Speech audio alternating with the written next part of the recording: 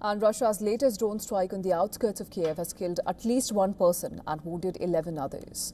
The regional governor confirmed the casualties following overnight attacks. And this comes after a broader wave of Russian drone and missile strikes late Friday that left at least 3 people dead and knocked out power to hundreds of thousands across Ukraine.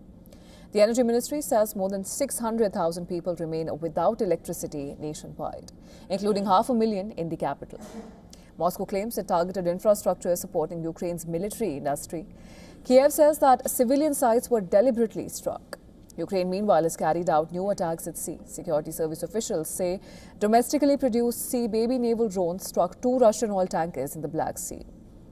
The vessels, identified as the Kairos and Virat, are described as part of Russia's shadow fleet, which are used to evade sanctions. A video released by the Ukrainian side claims to show both tankers being hit off Turkey's Black Sea coast.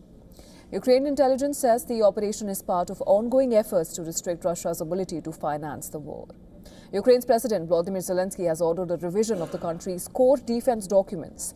He met with Defense Minister Denis Shmyhal and Intelligence Chief Kylos Budanov as Russia steps up its offensive in Zaporizhia and Donetsk. Zelensky says that updated defense planning is needed and has instructed the government to fully fund the purchase of drones, which are now central to Ukraine's strategy in countering Russia's large forces. In a separate move, Rustem Umerov, Secretary of Ukraine's National Security and Defense Council, has been appointed as the head of Kyiv's delegation for negotiations on resolving the conflict. The decree by President Zelensky takes immediate effect and follows the resignation of former Chief of Staff Andriy Yermak after anti-corruption raids at his residence. Meanwhile, U.S. Secretary of State Marco Rubio and Special Envoy Steve Witkoff are scheduled to meet Ukrainian negotiators in Florida today, and this as Washington prepares to present its revised plan to end the war.